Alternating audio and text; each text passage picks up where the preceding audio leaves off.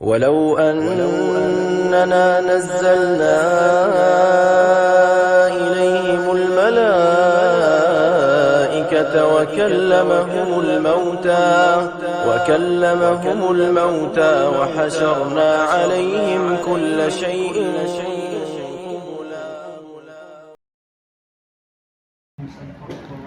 Bismillah, Assalamualaikum warahmatullahi wabarakatuh.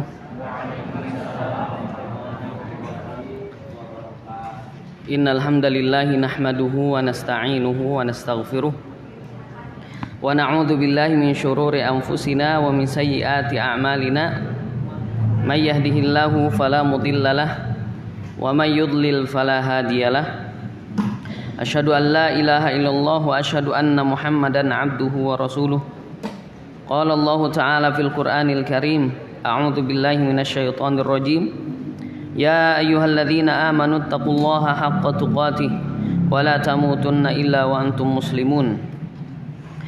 Ya ayyuhan nasu u'budu rabbakumul ladzi khalaqakum min nafsin wahidah wa khalaqa minha zawjaha wa batha minhuma rijalan katsiran wa nisaa'a wattaqullaha alladzi tasaaluna bihi wal arham innallaha kana 'alaikum raqiba. Fa inna asdaqal hadithi kitabullah wa khairul huda huda Muhammad sallallahu alaihi wasallam wa syarral umuri muhdatsatuha fa inna kulla muhdatsatin bid'ah wa kulla bid'atin dhalalah wa kulla dhalalatin finnar. Para jamaah rahimani Allah wa iyyakum, kita lanjutkan pembacaan terhadap kitab Umdatul Ahkam yang dikarang oleh Al-Imam Abdul Ghani Al-Maqdisi rahimahullahu ta'ala. Dan pada pertemuan yang lalu kita selesaikan satu pembahasan seputar siwak. Seputar siwak yaitu apa? Gosok gigi. Dan kita sudah jelaskan kapan waktu-waktunya yang disunnahkan. Kapan waktu-waktu disunnahkan. Secara asal kapanpun dan dimanapun kita disunnahkan menggosok gigi. Tapi pada waktu-waktu tertentu dan tempat-tempat tertentu itu disunnahkan muakkadah, sangat ditekankan. Sangat ditekankan seperti kita jelaskan ketika apa? Ketika berubah bau mulut, baik itu karena diam yang lama atau karena lama enggak gosok gigi. Kemudian yang berikutnya ketika masuk rumah, kemudian ketika wudu, kemudian ketika sholat. Maka itu adalah waktu-waktu yang sangat ditekankan untuk menggosok gigi. Nah, pada kesempatan ini insyaallah kita membaca bab yang baru, yaitu bab al-mashu 'alal khuffain. Mengusap khuf. Mengusap khuf.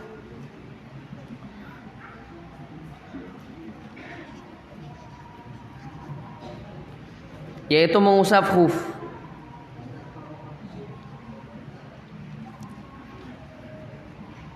Apa itu khuf? Maka secara asal khuf adalah bahasa kita sepatu yang zaman dulu yang terbuat dari kulit yang menutupi di atas mata kaki. Maka itu adalah khuf. Tapi yang di bawah mata kaki itu tidak termasuk khuf. Jadi dikatakan khuf adalah apa? Pakaian atau apa? Sepatu. Dan bisa juga dikiaskan ke dalam khuf, yaitu apa? Jawrob, kaos kaki yang menutupi mata kaki. Itu adalah khuf. Maka nanti di dalam hadis ini menjelaskan apa sebenarnya hukum al-masah alal khuf, mengusap khuf. Apakah boleh atau tidak? Disyariatkan atau tidak? Maka hadis ini menjelaskan tentang khuf. Maka hadis ini menjelaskan tentang khuf. Para jamaah rahimani Allah wa iyyakum, pada pertemuan-pertemuan yang lalu kita jelaskan bahwa apa? Syariat Islam ini dibangun di atas apa? Kemudahan. Syariat Islam ini menginginkan kemudahan bagi umatnya. Maka seperti apa? Seperti Allah Subhanahu wa taala mewajibkan mandi. Kemudian Allah Subhanahu wa taala mewajibkan wudu, maka kata Allah Subhanahu wa taala tidak menginginkan bagi kalian apa? Haraj. tidak menginginkan susah, sulit bagi kalian, enggak. Tapi Allah Subhanahu wa taala menginginkan dari diperintahkan satu perintah atau larangan satu larangan itu untuk apa? Untuk memudahkan kalian dan untuk menyempurnakan nikmat kepada kalian. Karena hakikatnya apa? Hakikatnya setiap ada perintah maka kembali kebaikannya untuk kita.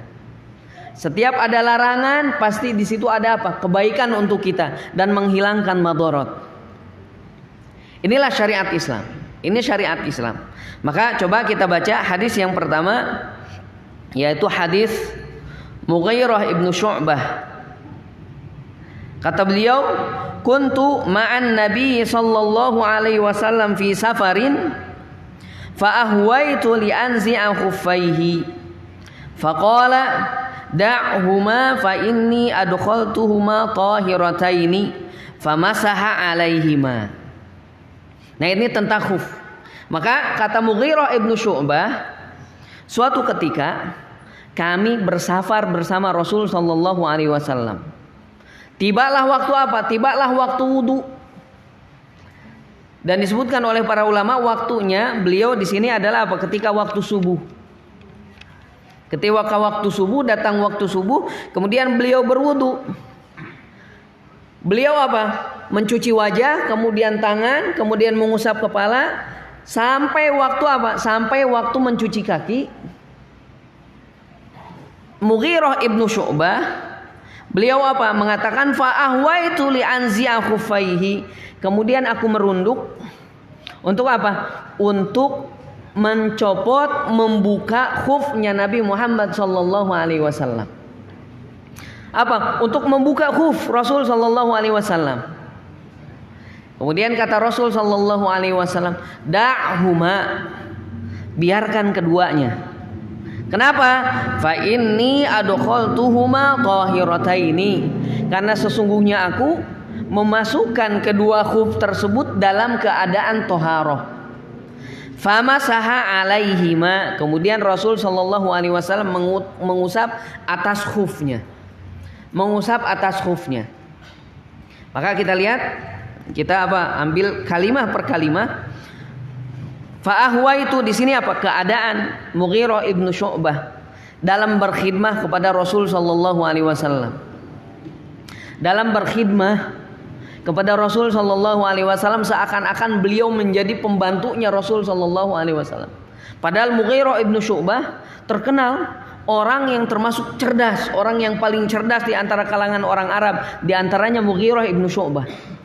Tapi beliau apa? Beliau merendahkan diri di hadapan Rasul sallallahu alaihi wasallam. Beliau menjadikan dirinya rendah di hadapan Rasul sallallahu alaihi wasallam. Sampai apa? Sampai beliau merunduk untuk apa? Untuk membuka sepatunya Rasul sallallahu alaihi wasallam. Ini termasuk apa? Termasuk memuliakan terhadap ulama. Di sini adalah Nabi Muhammad sallallahu alaihi wasallam dimuliakan. Dimuliakan, kita muliakan mereka. Ini kita nih, masing-masing kita mempunyai guru. Muliakan guru antum, muliakan guru kita dengan sebisa kita. Dengan sebisa kita. Gak bisa dengan jasad kita, lisan kita apa? Terucap doa untuk guru-guru kita. Terucap doa untuk guru-guru kita. Maka termasuk yang diajarkan oleh apa? Guru-guru kami dulu ketika kami belajar, ketika kita membaca satu kitab, maka ucapkan, telah berkata muallif, pengarang kitab ini, doakan rahimahullah, mudah-mudahan Allah Subhanahu wa taala merahmati beliau. Itu apa? Termasuk khidmah kita kepada guru kita. Jangan sampai apa? Jangan sampai guru kita mengajarkan kita alif, ba, kemudian mengajarkan Al-Fatihah, mengajarkan surat-surat yang lain, sudah. Gak ada kita apa? Gak ada kita berterima kasihnya kepada guru kita. Ketemu gak ada terucap salam dari lisan kita. Gak ada bibir kita lebarkan untuk guru kita. Maka ini termasuk apa? Termasuk adab seorang pelajar terhadap gurunya, muliakan mereka. Tanpa gulu dan tidak boleh berlebihan. Tidak boleh berlebihan. Kita muliakan dengan sewajarnya. Nah, ini apa? Termasuk keadaan sahabat kepada Nabi kita Muhammad sallallahu alaihi wasallam, mereka memuliakan. Mereka memuliakan. Kemudian kata siapa? Kata Al-Mughirah ibnu Syu'bah. Kata Al-Mughirah ibnu Syu'bah, ketika apa?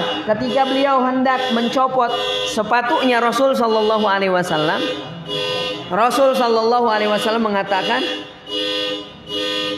kita tunggu dulu lah. Soalnya pada fokus ke sini nih. Pada fokus ke sini. Tunggu dulu. Sudah. Dan beralih lagi fokusnya ke satu suara ya.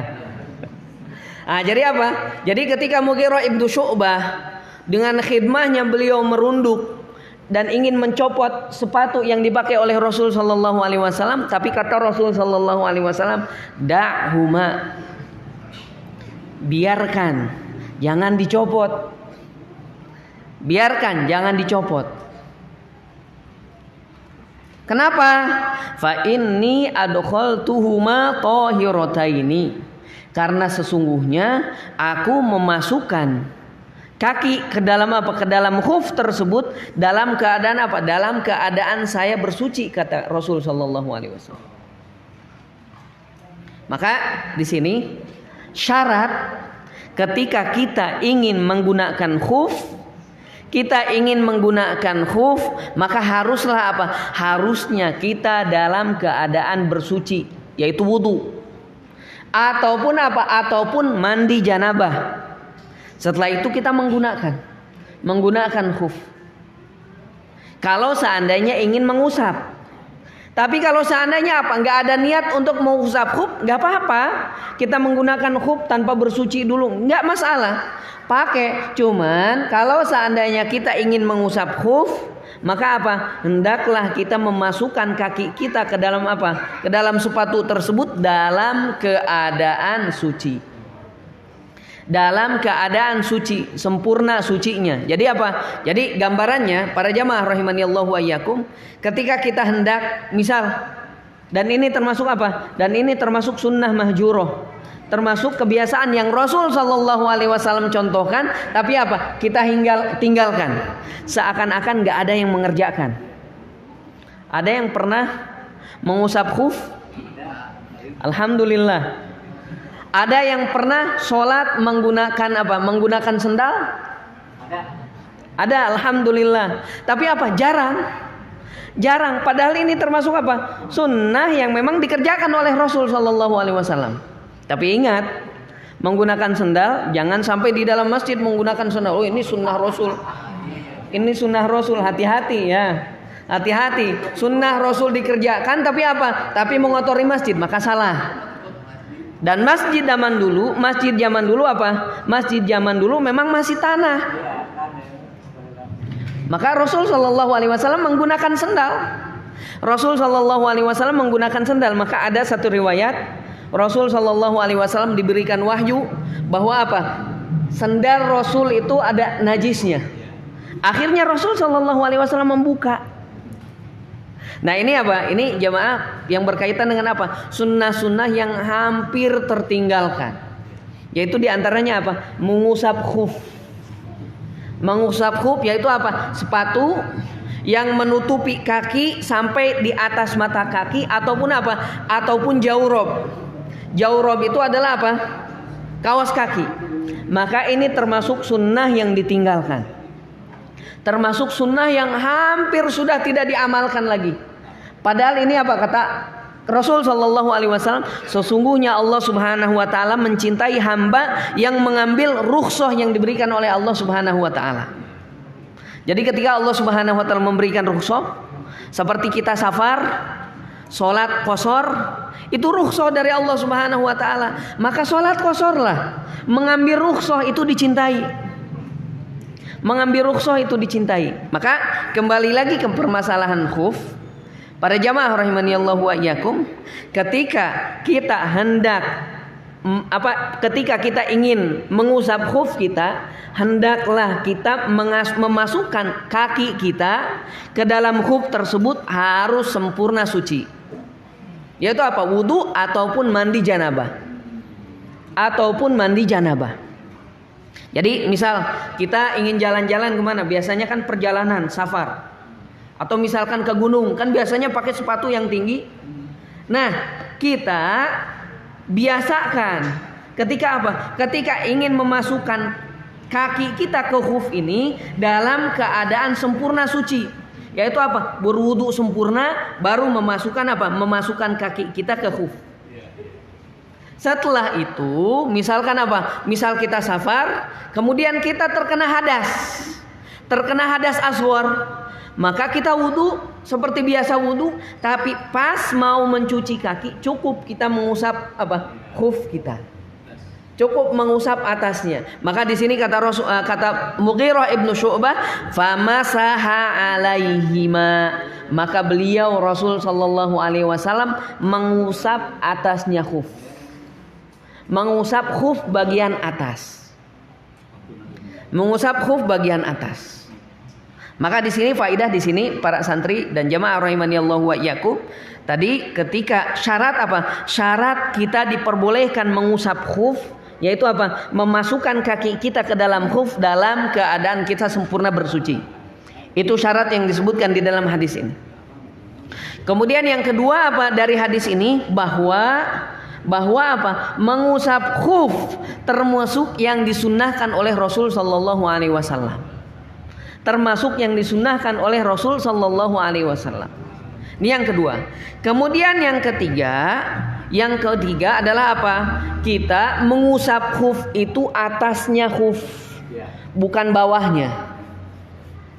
Loh kan kotor bawahnya, bukan atasnya.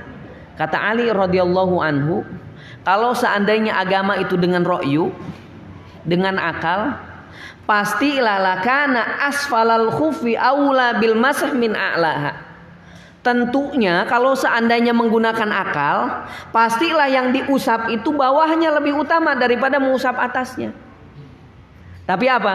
Tapi agama itu bukan dibangun di atas ro'yu, tapi dibangun di atas apa? Dibangun di atas dalil. Dibangun di atas dalil. Maka kalau seandainya dibangun di atas akal, maka banyaklah ibadah-ibadah yang tidak disyariatkan oleh Allah dan Rasulnya dibikin. Dan itu sudah banyak. Kenapa? Karena mereka mengatakan apa? Ini bagus kok. Ini ibadah akhirnya mengedepankan akal dibanding dalil. Maka di dalam syariat Islam ini yang harus kita junjung tinggi adalah dalil. Al-Quran was sunnah ala fahmi salafil ummah, yaitu Al-Quran dan hadis sesuai dengan pemahaman salaful ummah, yaitu para sahabat, para tabi'in, para tabi'ut tabi'in. Karena mereka adalah orang yang apa? Mereka orang yang direkomendasikan oleh Rasul sallallahu alaihi wasallam. Jadi ini apa? Ini faidah-faidah yang bisa kita ambil dari hadis ini. Kemudian satu lagi yang tadi sudah disebutkan, yaitu apa? Khidmatul ulama. Kita harus apa? Berkhidmah, menghormati kepada guru kita. Walaupun hanya yang mereka ajarkan hanya apa? Al-Fatihah. Walaupun yang mereka ajarkan hanya apa? Iqra. Walaupun yang mereka ajarkan hanya apa? Rukun-rukun sholat. Enggak, itu guru kita. Muliakan mereka. Muliakan mereka dengan apa? Dengan sikap kita dan dengan doa kita. Dengan sikap gimana? Bagaimana kita berbicara kepada guru? Bagaimana kita menyikapi kesalahan guru? Bagaimana misalkan sikap kita terhadap guru yang galak? Ada enggak guru yang galak? Banyak. Tapi sikap kita gimana? Tetap kita menghormati mereka, karena mereka lah, dengan sebab mereka lah ilmu ini tersebar. Bahkan dikisahkan muridnya Imam A'mash. Imam A'mash adalah beliau orang yang apa? Kurang melihat. Beliau kurang melihat. Ketika ada muridnya, beliau sering meludah. Beliau sering meludah. Jadi ada salah satu santrinya sering terkena ludah, kena wajah beliau. Beliau kurang melihat, bukan berarti nggak ada adab di gurunya. Beliau kurang melihat, meludah, kena wajahnya. Apa yang beliau kerjakan muridnya? Beliau usap, sudah lanjut belajar lagi. Gak ada, kurang ajar nih guru nih, gak sopan banget nih. Enggak. Makanya Imam Asy-Syafi'i rahimahullahu taala beliau berpesan, Terhadap apa? Terhadap kekurangan guru, karena guru pun manusia. Karena guru pun manusia. Kata Imam Asy-Syafi'i rahimahullah di dalam nasnya apa? Kata beliau, sabarlah kalian terhadap apa? Terhadap jafanya seorang guru. Jafa itu apa? Terkadang bisa diartikan bahasa kita, garing nih guru nih. Dalam ngajarnya tuh kok gini monoton. Terus garing nih guru nih. Terus apa? Terkadang galak. Kata beliau, fa inna rusubal ilmi fi nafaratihi. Karena sesungguhnya kegagalan seorang murid karena kabur dari guru. Dan banyak kan ya, santri anak nggak kuat, loh kenapa antum nggak kuat? Gurunya galak, gurunya cemberut wae. Gurunya misalkan jarang senyum, gurunya kabur dari satu pondok, pindah ke pondok yang lain. Ternyata guru yang berikutnya lebih lagi. Nah, anak nggak kuat, pindah lagi. Kata Imam Syafi'i, fa inna rusubal ilmi fi nafaratihi. Karena sesungguhnya apa? Kegagalan mendapatkan ilmu karena sebab ini. Kabur-kaburan terus, maka apa? Sabar. Yaitu apa? Ini termasuk memuliakan guru. Dalam tata bicara kita terhadap guru kita. Kemudian apa, misalkan melihat guru kita memerlukan bantuan, kita bantu. Janganlah punya tangan sendiri kok, ada kaki, biarin aja. Dia laki-laki, saya laki-laki, masa dia nggak bisa, saya aja bisa? Nggak, bukan masalah bisa nggak bisanya. Rasul bisa nggak membuka khuf sendiri? Bisa. Dan Mughirah ibnu Syu'bah faham, Rasul pun bisa membuka sendiri, tapi apa? Enggak, ihtiraman memuliakan seseorang yang memiliki ilmu. Siapapun itu, muliakan guru kita dan doakan.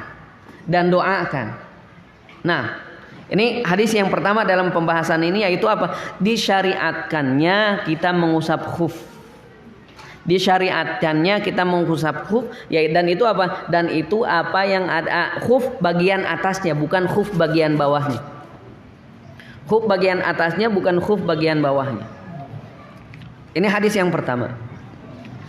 Kemudian yang hadis yang kedua masih di dalam bab ini, yaitu an Hudzaifah ibnil Yaman qala kuntu ma'an nabiyyi sallallahu alaihi wasallam fi safar.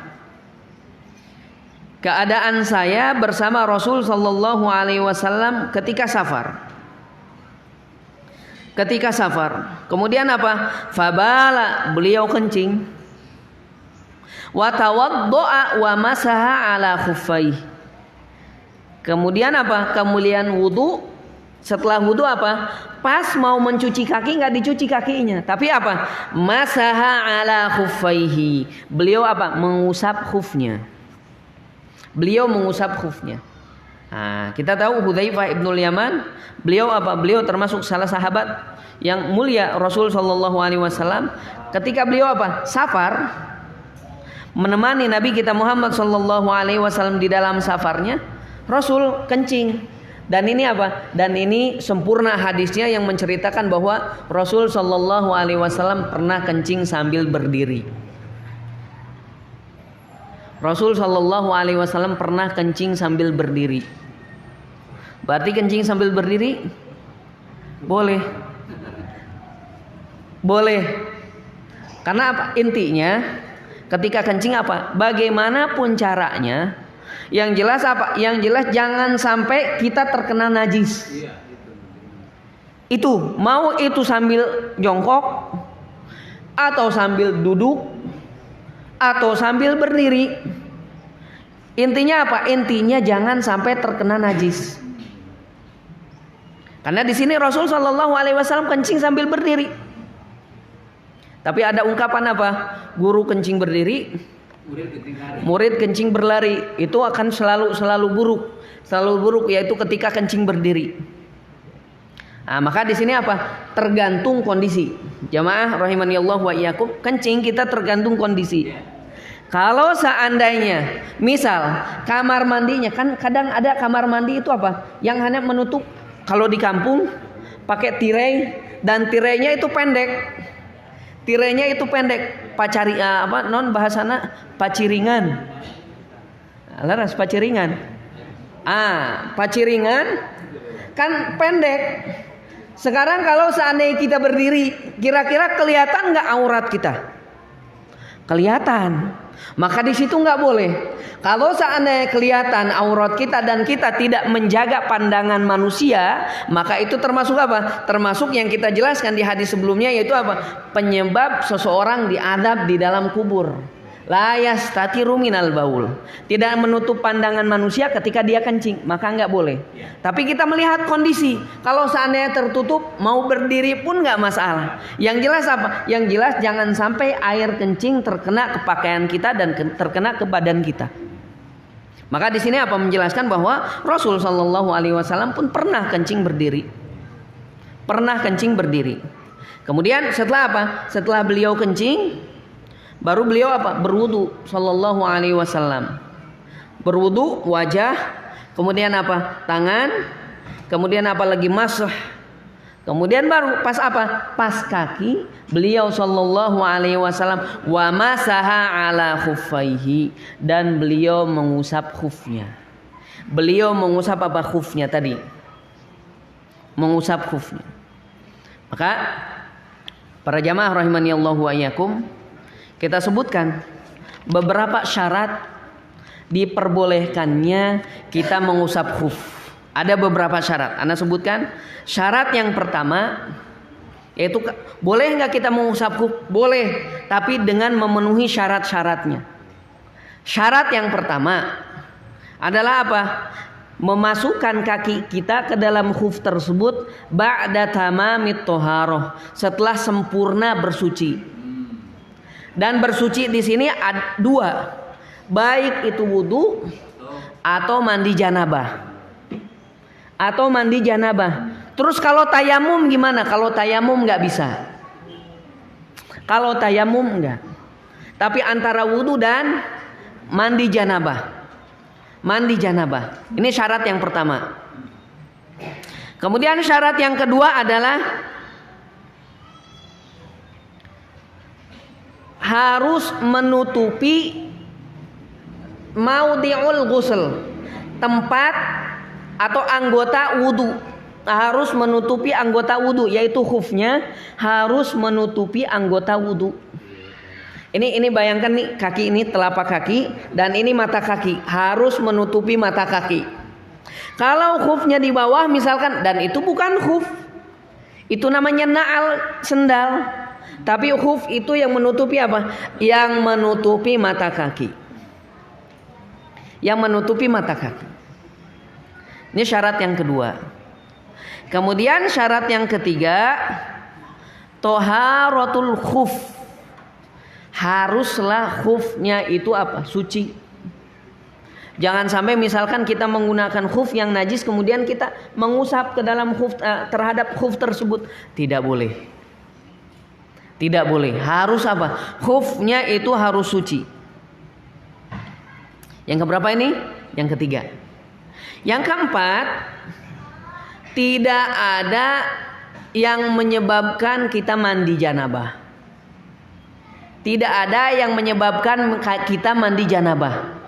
Karena kenapa? Kalau seandainya kita mimpi basah, atau misalkan bapak dan ibu misalkan berhubungan badan, maka nggak boleh diusap khufnya. Mandi misalkan diangkat kakinya diangkat, nanti kaki mah dimasah, yaitu diusap. Nggak boleh. Yaitu apa? Harus dibuka. Maka batal mengusap khufnya. Dibuka khufnya, mandi. Setelah mandi pakai lagi, baru nanti apa? Setelah kita mandi kemudian memasukkan, kemudian terkena hadas asghar, boleh mengusap. Tapi kalau misalkan yang mewajibkan mandi, tidak boleh mengusap khuf. Harus dibuka. Harus dibuka. Nah, ini 4 syarat. 4 syarat untuk apa? Bolehnya kita mengusap khuf. Bolehnya kita mengusap khuf. Kita ulang lagi. Yang pertama, ini berkaitan dengan apa? Berkaitan dengan khufnya dulu. Si khufnya itu menutupi anggota wudu, dan di sini adalah apa? Kaki. Dari ujung kaki sampai apa? Sampai di atas mata kaki. Itu yang pertama. Kemudian yang kedua, masih berkaitan dengan khufnya juga, yaitu apa? Harus suci khufnya. Harus suci khufnya. Ini yang kedua.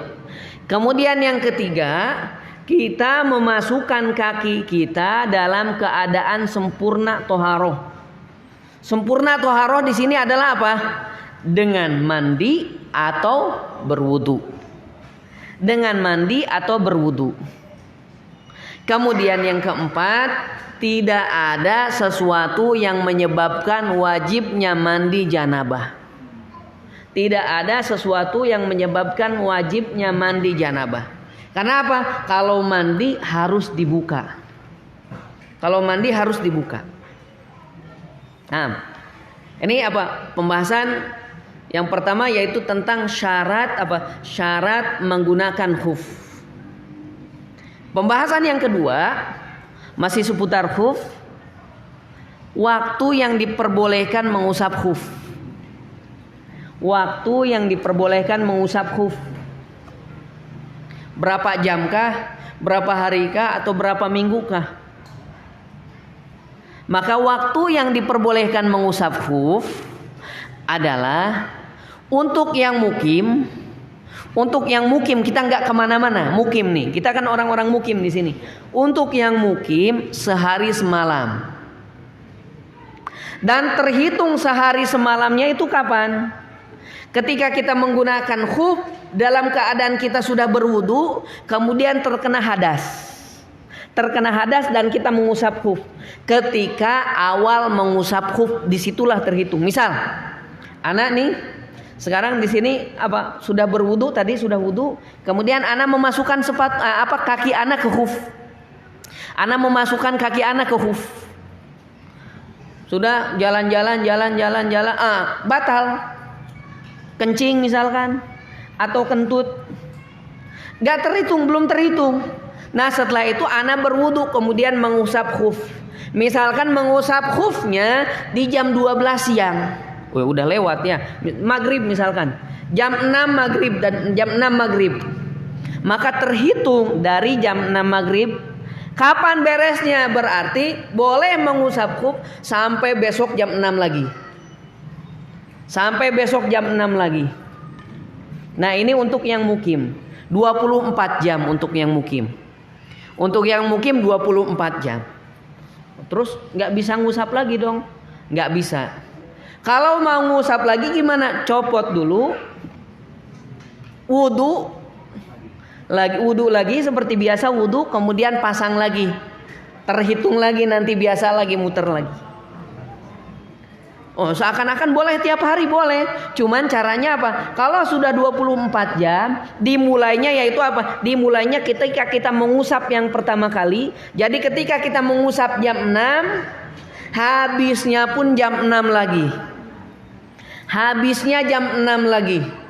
Kita mau ngusap lagi gimana? Enggak, harus copot dulu, kemudian kita wudu, pakai lagi, kemudian baru diperbolehkan mengusap lagi.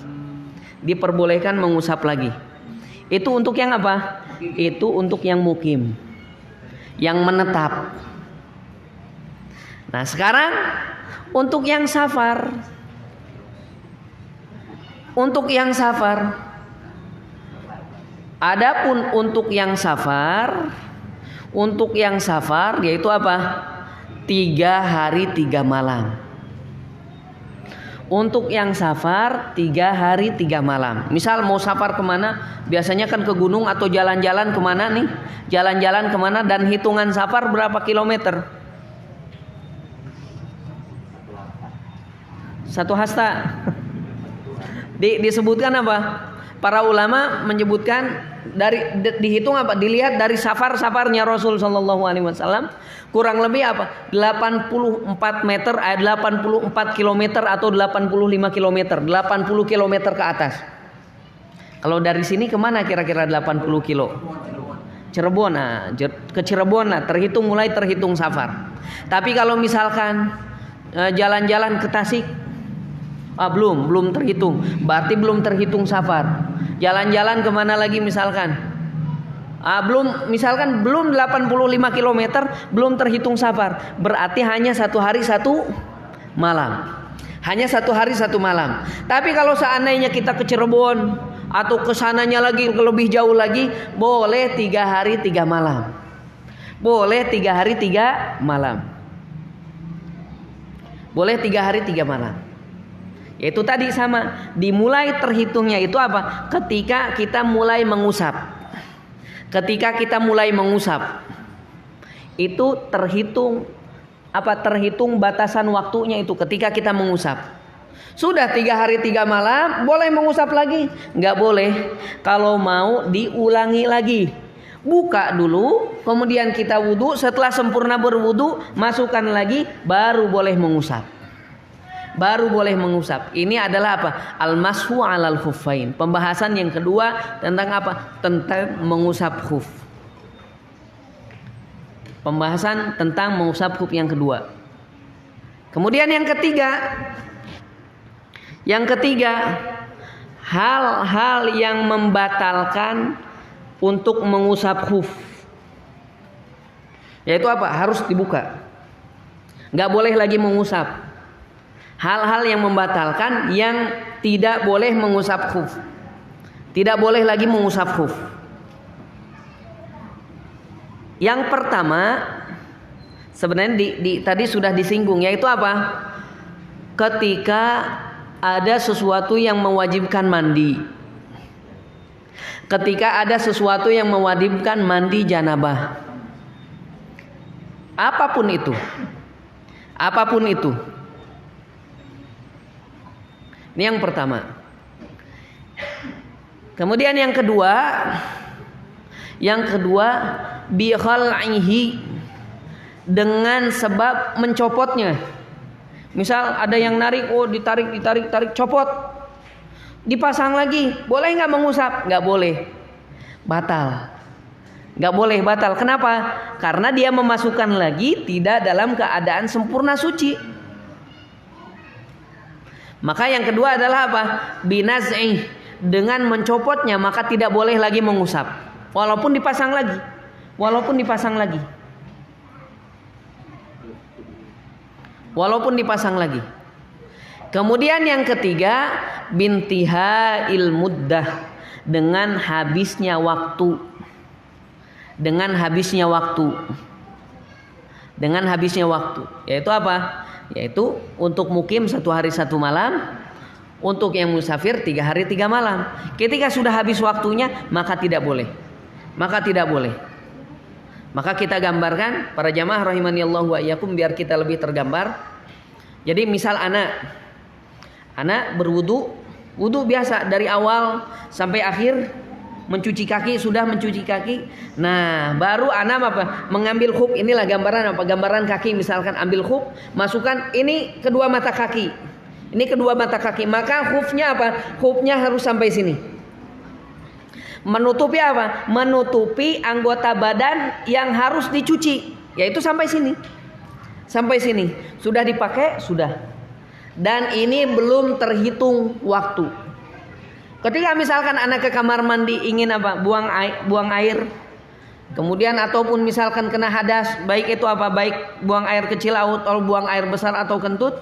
Kemudian anak berwudu, kemudian mengusap khuf, dan cukup di atasnya saja. Cukup di sini, di atasnya sudah sekali dari sini, dari ujung kaki sampai sampai ke tempat wudu biasa. Sekali sudah menggunakan tangan kanan, sudah beres sekali, dan tidak boleh mengusap bawahnya. Ya bolehlah, atasnya aja boleh, biar lebih afdol, digosok-gosok bawahnya juga. Nggak boleh. Itu namanya mengada-ngada di dalam agama. Bukannya diterima, tapi malah tertolak. Bukan hanya tertolak, tapi diadab oleh Allah Subhanahu wa taala. Kenapa? Karena dia membuat syariat yang tidak disyariatkan oleh Allah dan Rasulnya. Maka cukup ini kaki cukup mengusap 1 kali, sudah beres, dan tidak boleh disiram. Lah katanya ini dengan air yang diciprati aja boleh, ngambil air disiduk nggak boleh. Loh kenapa? Mengusap aja boleh, apalagi disiram? Enggak. Bukan masalah bukan masalah pikiran kita, bukan masalah dengan akal, tapi dengan dalil. Jadi ketika dalilnya masah, maka sudah cukup masah. Cukup masah. Yaitu apa? Diusap. Jangan dilebih-lebih, nggak usah dilebih-lebih, diusap saja. Diusap saja. Seperti itu. Nah, ini apa? Ini berkaitan dengan khuf. Yaitu pembahasan yang ketiga tadi adalah apa? Pembatal khuf. Kemudian yang keempat, pembahasan yang keempat yaitu apa? Orang-orang yang mengingkari tentang apa? Disyariatkannya mengusap khuf. Ada emang orang yang mengingkari sunnah Rasul? Ada. Siapa mereka? Mereka diantaranya adalah madhabnya Syiah. Madhabnya Syiah. Mereka mengatakan apa? Tidak boleh mengusap khuf. Secara asal, di dalam apa? Di dalam permasalahan apa? Permasalahan fikih, para ulama tidak memasukkan apa? Tidak permasukkan ke dalam masalah akidah. Fikih kemudian akidah. Adapun permasalahan khuf ini termasukkan permasalahan fikih. Tapi para ulama sering memasukkan permasalahan khuf ini ke dalam permasalahan apa? Akidah. Kenapa? Ketika para ulama umat ini sepakat dari zaman sahabat sampai zaman kita, sepakat diperbolehkannya dan disyariatkannya mengusap khuf, ternyata mereka menyelisihinya, maka ini seakan-akan menjadi keyakinan. Maka tidak boleh.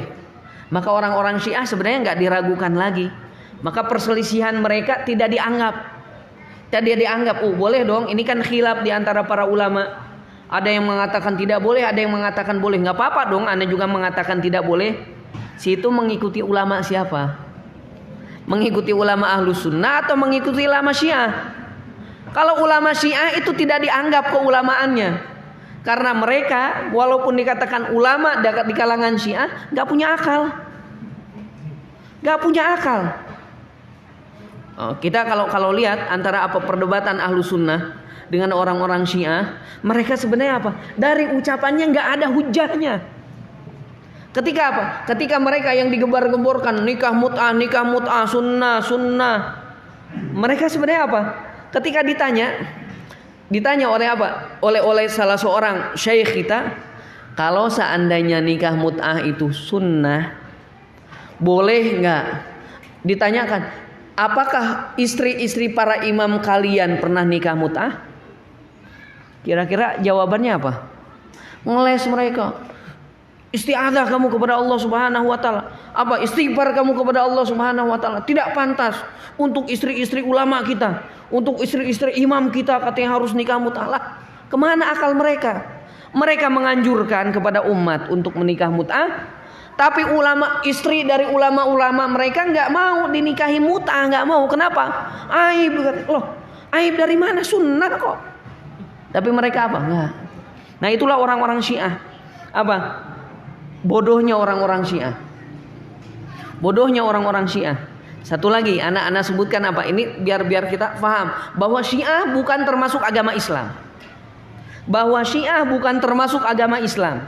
Jangan sampai apa? Khilaf antara Ahlus Sunnah dan Syiah adalah khilaf antara kaum muslimin dengan kaum muslimin. Bukan. Perbedaan antara Syiah dengan Muslim, kita Ahlus Sunnah wal Jamaah itu adalah apa? Mereka orang-orang kafir dan kita orang-orang Ahlus Sunnah. Beda orang-orang Muslim dengan orang-orang non Muslim. Jangan katakan Syiah adalah Muslim, enggak. Satu saja yang menyebabkan mereka kafir adalah apa? Mencela para sahabat. Ketika di antara kaum Muslim ada yang mengaku ana Muslim, tapi mereka apa? Tapi dia mencela sahabat Nabi Muhammad SAW. Cukuplah dengan pencelaan mereka terhadap sahabat Nabi dikatakan mereka bukan Islam. Mereka bukan Islam. Abu Bakar, yang kata Rasul SAW, Abu Bakar fil jannah, Umar fil jannah, Utsman fil jannah. Kata mereka enggak. Abu Bakar di neraka. Abu Bakar kafir, waliyadzubillah. Aisyah radhiyallahu anha kafir, pada Rasul sallallahu alaihi wasallam meninggal di atas pangkuannya Aisyah radhiyallahu anha. Maka cukuplah kita tahu bahwa mereka kafir ketika mereka menghina dan mencela sahabat Nabi Muhammad sallallahu alaihi wasallam. Maka apa di sini? Perkataan Syiah, walaupun banyak orang yang mengatakan ini muslim, enggak, mereka bukan muslim dan enggak usah dianggap perkataannya. Gak usah dianggap perkataannya. Ini pembahasan yang keempat. Pembahasan yang kelima dalam apa? Dalam pembahasan khuf ini, apa hikmahnya disyariatkan kita apa mengusap khuf? Hikmah disyariatkan mengusap khuf adalah apa? Tashilan lil ummah, memudahkan umat ini. Memudahkan umat ini. Ketika apa? Ketika kita misalkan apa? Kita dalam keadaan kedinginan nih Pak. Kita kedinginan atau misalkan kita dalam keadaan safar, kan kita susah untuk membuka lagi, pakai lagi, buka lagi, pakai lagi. Ummahat juga sama. Misalkan apalagi ummahat harus kemana-mana pakai kaos kaki, kemana-mana pakai kaos kaki. Nah, amalkan ini. Cukup kita mengusap. Cukup kita mengusap. Kenapa? Syariat Islam ini dibangun di atas kemudahan. Maka ketika ada kesulitan kepada umatnya, Allah Subhanahu wa ta'ala pasti memudahkan. Apapun itu. Apapun itu. Ketika ada kesulitan, ana nggak mampu nih, ana nggak mampu. Padahal wajib secara asal. Ana nggak mampu, nggak. Maka apa? Akan dirubah. Seperti apa? Seperti saum. Nggak mampu di bulan Ramadan, maka kata Allah Subhanahu wa taala fa'iddatun min ayyamin ukhor, maka dia saum di hari-hari yang lain. Kemudahan bukan? Kemudahan. Di dalam syariat Islam ini kemudahan. Ketika Rasul sallallahu alaihi wasallam mewajibkan apa? Mewajibkan sholat sambil berdiri. Ana nggak mampu berdiri. Kenapa? Karena misalkan kaki ana lagi ada kendala kaki, maka diperbolehkan duduk. Ini kemudahan dalam syariat Islam. Ketika Rasul Shallallahu Alaihi Wasallam mengatakan nikahlah kalian, ana nggak mampu, loh kenapa nggak mampu? Nggak punya untuk mahar, belum kerja juga, diwajibkan? Enggak. Kata Rasul Shallallahu Alaihi Wasallam kalau nggak mampu berarti apa? Saumlah. Dipermudah dalam syariat ini. Apapun yang membuat kita susah, Allah pasti permudah. Tapi ingat, yang mudah jangan disusah-susah. Yang mudah jangan dipersulit. Ya, yang mudah jangan dipersulit. Seperti apa? Seperti ini kejadian real di masyarakat kita. Misal, anak saat katanya apa? Anak ketika anak safar, terus misalkan waktu hampir mepet ke subuh. Habis misalkan sekarang udah jam 6. Anak kalau misalkan nunggu kendaraan berhenti misalkan di kereta, pasti kehabisan waktu sholat subuh. Boleh nggak sholat subuh di kendaraan kalau seperti itu? Boleh. Terus gimana sholatnya? Langsung tayamum. Cari air dulu, jangan langsung tiba-tiba tayamum. Nggak boleh. Cari dulu. Di kamar mandi ada nggak? Oh nggak ada. Misalkan kita ada air, ada, boleh. Ambil sedikit cukup untuk berwudu. Setelah berwudu misalkan apa? Langsung duduk. Di kita biasanya langsung duduk. Allahu Akbar. Boleh duduk? Bisa berdiri nggak? Bisa berdiri nggak? Kalau bisa berdiri berarti nggak boleh duduk. Nggak bisa berdiri nggak boleh duduk. Di kereta bisa berdiri nggak? Bisa kok. Bisa kok. Oh, susah. Masa depan kita ada orang. Bukan masalah susah enggaknya. Kalau bisa wajib karena itu termasuk rukun. Termasuk yang diamalkan. Guru ana Ustadz Heri hafizahullah taala ketika beliau ditanya tentang masalah ini, beliau bilang, "Enggak boleh kalau seandainya kita mampu berdiri, enggak boleh langsung duduk." Wah kan di video-video banyak, masya Allah, lihat rajinnya orang ini. Dalam keadaan safar pun beliau sholat wajib. Bukan rajin itu. Karena kewajiban, sholat wajib itu kewajiban. Dan tiba-tiba langsung duduk. Padahal kosong kursinya, bisa berdiri. Enggak sah. Sholatnya enggak sah. Maka Ustadz Heri hafizahullah ta'ala beliau mengajarkan anak, kalau seperti itu cari ke tempat ke tempat makan. Dia kan biasa di kereta-kereta masing-masing gerbong ada tempat makan yang berapa gerbong selang beberapa gerbong kan ada tempat makan. Kosong nggak di situ? Kosong, molompong, bisa kita sujud, bisa ruku, bisa secara sempurna, bisa. Jangan apa? Jangan langsung tarokhus. Tarokhus itu apa? Memudahkan, menganggap enteng yang mudah. Nah, nggak apa-apa lah, kita kan lagi safar. Bisa nggak? Bisa sih, cuman kan lagi safar. Tetap harus. Ini harus diperhatikan beberapa poin ini. Harus diperhatikan. Memang syariat Islam ini selalu mempermudah. Tapi yang mudah jangan dipermudah lagi. Sudah kita mampu, jangan dimudah-mudah lagi, enggak. Nah, seperti itu. Ini apa? Ini adalah pembahasan tentang khuf. Maka sekali lagi jamaah rahimani Allah wa iyyakum, menghusaf khuf adalah sesuatu yang disyariatkan, yang dicontohkan, sunnah yang dicontohkan oleh Rasul kita sallallahu alaihi wasallam. Maka kita minimal kalau yang belum pernah mencoba, cobalah walaupun satu kali. Itu sunnah. Iya, sunnah yang diajarkan oleh Rasul. Tapi nggak enak. Nggak, minimal satu kali kita mencoba. Dalam seumur hidup kita minimal satu kali mencoba. Ini belum pernah mencoba kan? Nah, coba kita ya. Coba pakai huf atau pakai kaos kaki, gak perlu dibuka, cukup diusap atasnya, sudah beres diusap atasnya dari bawah ke atas, sudah beres. Mudah kan? Mudah.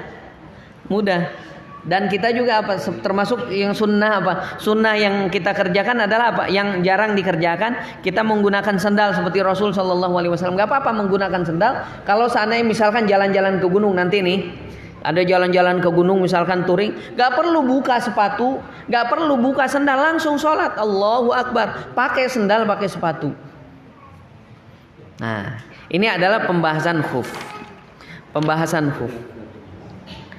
Nah, satu lagi pembahasan yang kita baca di hari ini, yaitu pembahasan yang berikutnya adalah bab fil madhi wa ghairihi.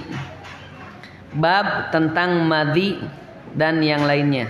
Maksud tentang madhi. Insyaallah kita bacakan dua hadis lagi. Yang pertama adalah hadis Ali ibn Abi Thalib radhiyallahu anhu. Beliau berkata, perhatikan keadaan Ali radhiyallahu anhu. Beliau berkata, kuntu rajulan madzaan. Saya adalah seorang yang gampang keluar madhi. Saya adalah seseorang yang gampang keluar madhi. Apa itu madhi? Cairan bening. Gimana? Cairan bening. Apa sebabnya? Madhi itu cairan yang keluar ketika timbulnya syahwat. Jangan dibayang, Ali radhiyallahu anhu nih syahwat. Jangan bayangkan seperti itu. Karena masing-masing orang berbeda-beda.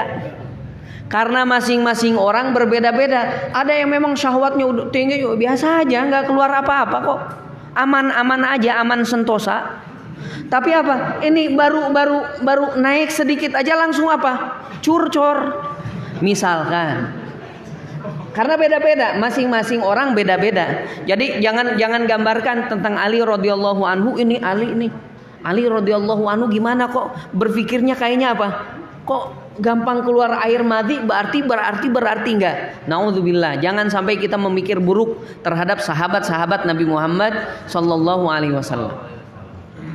Maka ini menggambarkan keadaan beliau radhiyallahu anhu, dan masing-masing kita berbeda-beda.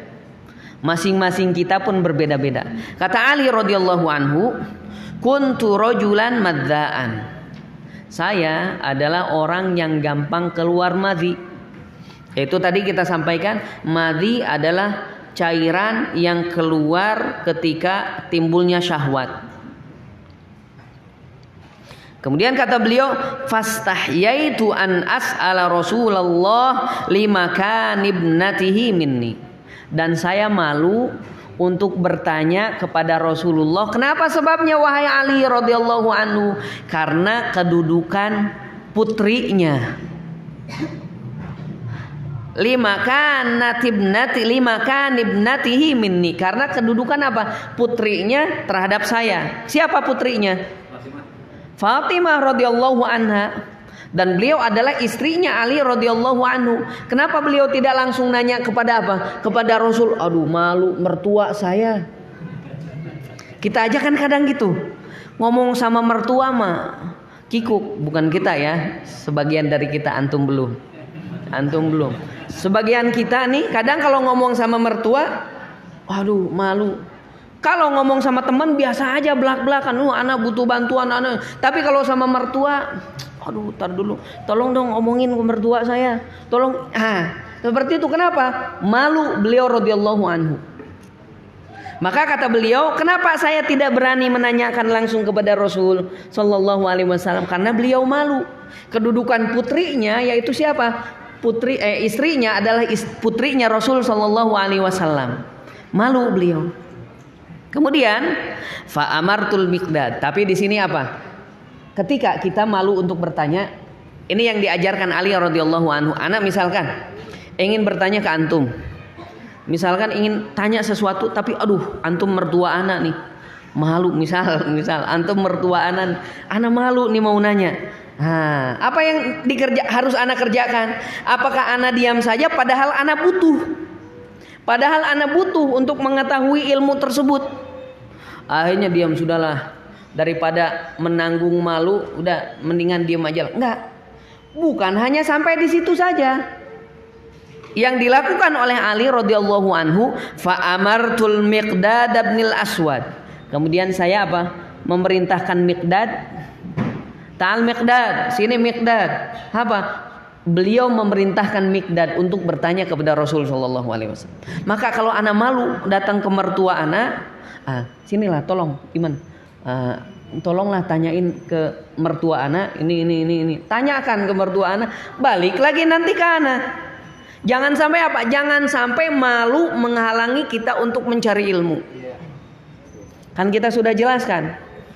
Malu yang baik adalah apa? Malu yang baik tidak menghalangi seseorang untuk mengerjakan kebaikan. Tapi kalau seandainya saya malu akhirnya terhalang untuk mengerjakan kebaikan, maka itu bukan malu hakikatnya, tapi apa? Pengecut. Dan nggak boleh mazmum, tercela. Kenapa antum misalkan apa? Kenapa antum ikut-ikutan maksiat? Malu anak sama teman-teman. Loh, kenapa malu sama teman-teman? Ntar anak dicemooh sama dia. Ente nggak berani ngerokok, ente nggak berani minum khamr, ente nggak berani kabur-kaburan. Lah, jangan malu dalam masalah kemaksiatan. Ya, seperti itu. Maka di sini apa? Ali radhiyallahu anhu tidak langsung apa? Terputus. Sudahlah, diam aja lah, malu nggak enak nanya kepada Rasul sallallahu alaihi wasallam, nanya kepada mertua, udahlah, nanti ajalah, biarin aja lah. Biar saya bodoh. Enggak. Tapi memerintahkan Miqdad. Akhirnya Miqdad datang kepada Rasul sallallahu alaihi wasallam, fasa'alahu. Kemudian Miqdad bertanya, bagaimana kondisi kalau seperti ini wahai Rasulullah? Seseorang yang gampang keluar madhi. Kata Rasul sallallahu alaihi wasallam, faqala, kemudian beliau sallallahu alaihi wasallam bersabda, yaghsilu dzakarahu wa yatawaddo. Cuci kemaluannya dan wudu. Cuci kemaluannya dan wudu. Jadi harus dicuci. Terus gimana tahu-taunya keluar madhi? Kerasa nggak? Oh, kerasa. Antum tahu lah. Antum tahu. Yang jelas apa? Ketika timbulnya syahwat harus diwaspadai. Bakal keluar madhi. Dicek sama antum. Ya nggak masalah kita cek. Aduh tadi muncul syahwat nih. Apapun itu sebabnya. Terkadang nggak sengaja pun muncul. Misalkan lagi baca Al-Quran dari sana ke masjid. Ternyata ada yang lewat. Walah astagfirullah. Tapi kok terbayangnya dia. Kan bisa jadi kan seperti itu kan ya. Akhirnya muncul syahwat. Nah itu pun sama. Muncul syahwat, cek, keluar madhi, maka kata Rasul sallallahu alaihi wasallam, yaghsilu dzakarahu, cuci kemaluannya. Dan di sini mencuci kemaluan, para jamaah rahimani Allah wa iyyakum, mencuci secara keseluruhannya. Mohon maaf ya, mencuci secara keseluruhan. Bahkan disebutkan di dalam satu hadis, bahkan sampai apa? sampai al-unsayai. Sampai apa? Sampai apa bahasanya ya? Antum sudah membahasakan. Selain yang itu ada yang satu lagi. Maka itu cuci juga. Di antara sebabnya apa? Di antara sebab ini hadis Rasul sallallahu alaihi wasallam dan ini disahihkan oleh para ulama. Di antara sebabnya kenapa kita harus mencuci semuanya. Padahal kencing tidak mesti mencuci semuanya. Cukup yang keluarnya aja, tempat keluarnya aja. Cukup tempat keluarnya aja. Tapi kok kenapa madhi harus dicuci semuanya? Pertama sebabnya, sebab yang pertama, ketika kita keluar madhi, kira-kira kita pakai celana atau tidak? Pakai. Iya kan ya? Pakai. Maka kemungkinan kena celana kemudian kena bagian-bagian yang lainnya. Maka harus dicuci. Kenapa? Karena kemungkinan tempat-tempat yang lain pun kena. Adapun kencing, ada yang antum kencing tanpa mengeluarkan dari sarang, enggak ada. Maka itu pasti hanya dari satu titik saja. Tapi apa? Beda dengan madhi. Maka kemungkinan besar akan menyebar ke tempat-tempat yang lain. Maka dicuci semuanya. Dicuci semuanya. Ini diantara sebab yang pertama. Kemudian sebab yang kedua. Sebab yang kedua untuk apa? Meredam syahwat. Untuk meredam syahwat. Ketika panas siram. Kira-kira apa? Adem. Sama itu pun sama. Jadi apa? Redam dengan apa? Cuci semuanya. Bukan hanya dicuci, setelah itu berwudu, tambah adem lagi. Ini masya Allah hikmah. Apa yang Rasul Shallallahu Alaihi Wasallam ajarkan. Ketika keluar air madi, maka cuci, kemudian kita berwudu. Ini apa? Ini yang diwajibkan. Itu makanya kata Rasul Shallallahu Alaihi Wasallam. Ketika apa? Ketika ditanya oleh Mikdad apa yang harus dikerjakan? Yaghsilu dzakarahu wa yatawaddu. Cuci kemaluannya seluruhnya, seluruhnya kemudian berwudu. Jangan hanya tempat keluarnya madi saja, jangan bagian itunya saja, tapi semuanya. Kemudian walil Bukhari dan diriwayatkan dari Imam Bukhari, ighsil dzakaraka wa tawaddu. Cucilah kemaluanmu dan wudunya. Dan diriwayat Muslim, tawaddu, wudulah, wandoh farjaka. Wudulah dan apa? Dan cucilah kemaluanmu. Wah, gimana nih? Kok disebutkannya wudu dulu kemudian apa cuci kemaluan? Gimana ceritanya? Kita belajar sekarang bahasa. Di dalam bahasa Arab, kalau kata-kata atof, huruf atof menggunakan wawu, itu bukan berarti yang terletak setelah wawu itu datang belakangan. Misal, ini Muhammad, ini Ali.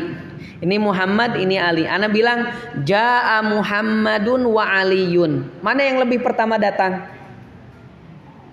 Gak ada yang diketahui. Kalau menggunakan wawu itu, bisa ini dulu, bisa ini dulu. Kalau menggunakan wawu, Ja'a Muhammadun wa Ahmadu. Gak ada yang lebih dulu. Bisa jadi ini duluan, bisa jadi ini duluan. Kalau menggunakan wawu. Tapi kalau menggunakan fa di dalam atof di dalam bahasa Arab, kalau menggunakan fa, misalkan Ja'a Muhammadun fa Ahmadu. Datang Muhammad duluan, kemudian setelah itu diikuti oleh Ahmad. Kalau menggunakan fa. Maka di sini Rasul Shallallahu Alaihi Wasallam mengibaratkan tawaddo wandoh farjaka. Wudulah dan cuci kemaluanmu. Dan cuci kemaluan bukan berarti wudu dulu. Kita misalkan wudu, udah wudu baru dicuci kemaluan. Enggak. Karena kenapa? Karena ini pun dijelaskan oleh hadis yang lainnya. Yaitu apa? Yang sebelum-sebelumnya. Dan secara asal apa? Kita harus menghilangkan najisnya dulu, baru wudu. Sebagaimana apa? Sebagaimana dalam mandi janabah. Kita hilangkan dulu najisnya, baru kita mandi. Ini adalah apa? Ini adalah kaifiyat bagaimana cara mensucikan apa? Bersuci dari air madhi. Harus benar-benar dicuci. Berarti madhi itu najis. Madhi itu najis. Dan kesimpulannya dari hadis ini yang pertama apa? Setiap yang keluar dari kemaluan itu membatalkan wudu. Tapi tidak setiap yang keluar dari kemaluan itu najis. Setiap yang keluar dari kubul dan dubur itu apa? Membatalkan wudu. Tapi tidak setiap yang keluar dari kubul ataupun dubur itu apa? Najis. Ada nggak gitu yang nggak najis? Apa yang nggak najis? Mani nggak najis. Air mani nggak najis. Jadi beberapa yang keluar dari kemaluan adalah yang pertama madhi, yang keluar ketika apa? Ketika munculnya syahwat. Kemudian yang kedua adalah wadhi, yaitu apa? Yang keluar akibat al-baul, keluar setelah apa? Keluar setelah kencing. Kalau kita perhatikan baik-baik, coba kita perhatikan baik-baik, misalkan apa? Setelah kencing biasanya diakhiri ada yang keluar. Sama seperti apa? Sama sifatnya seperti madhi. Tapi itu apa? Keluar setelah kencing. Kemudian dan madhi sama wadhi ini apa? Najis dua-duanya. Kemudian yang ketiga adalah apa? Mani. Maka mani walaupun tidak najis tapi disyariatkan untuk dibersihkan. Kemudian apa? Walaupun tidak najis tapi akibatnya lebih besar daripada madhi dan wadhi. Yaitu apa? Harus mandi janabah. Harus mandi janabah. Ini apa? Di antara poin-poin atau air yang keluar dari kemaluan.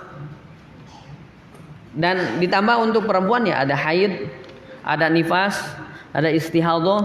Kalau haid adalah darah yang keluar apa? Secara rutin. Kalau istihadhah adalah apa?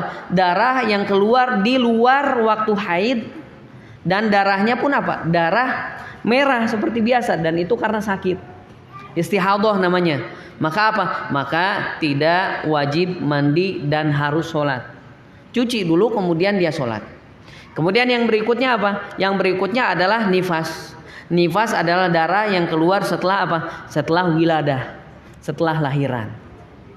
Setelah lahiran. Ini adalah apa? Ini adalah poin-poin yang berkaitan dengan apa? Dengan madhi dan sesuatu yang keluar dari apa? Dari kemaluan. Maka intinya madhi adalah najis dan cara mensucikannya harus disuci secara utuh semuanya. Kemudian apa? Barulah kita berwudu. Nah, ini apa? Ini kaifiyat bersuci dari madhi. Kaifiyat bersuci dari madhi. Ini hadis yang ke-23. Kemudian kita masuk hadis ke-24. Satu lagi dalam permasalahan ini dari Abad ibni Tamim. Hadis Abad ibni Tamim an Abdullah ibni Zaid an Asim al-Mazini qala syukiya ilan Nabi sallallahu alaihi wasallam, diadukan kepada Rasul sallallahu alaihi wasallam tentang seseorang. Ada seseorang yang diadukan keadaannya.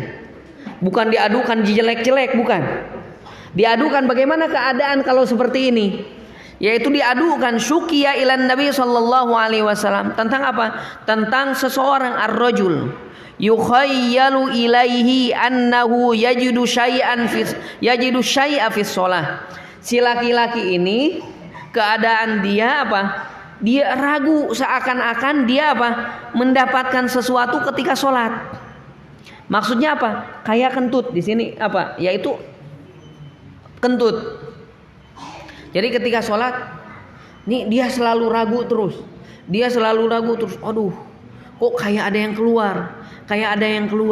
Nah ini diadukan kepada Rasul sallallahu alaihi wasallam. Wahai Rasulullah, bagaimana dengan kondisi seseorang yang dia itu dalam sholatnya kayak ragu, ada sesuatu yang keluar. Bagaimana solusinya wahai Rasulullah?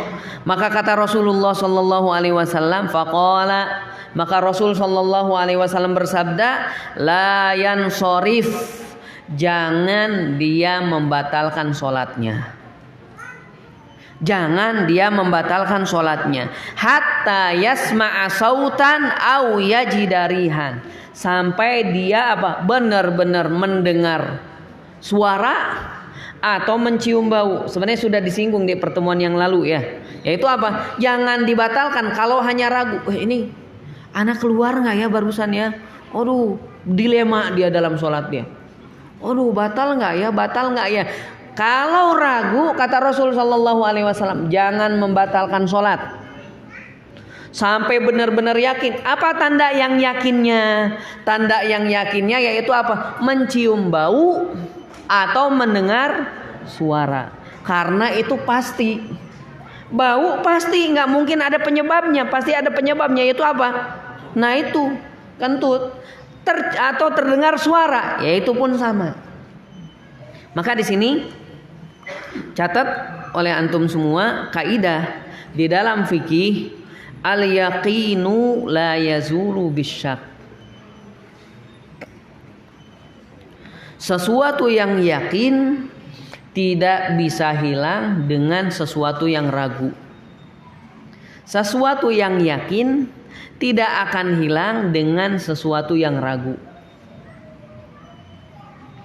Di sini apa yakinnya tadi dalam hadis ini? Yakin sudah wudu belum antum?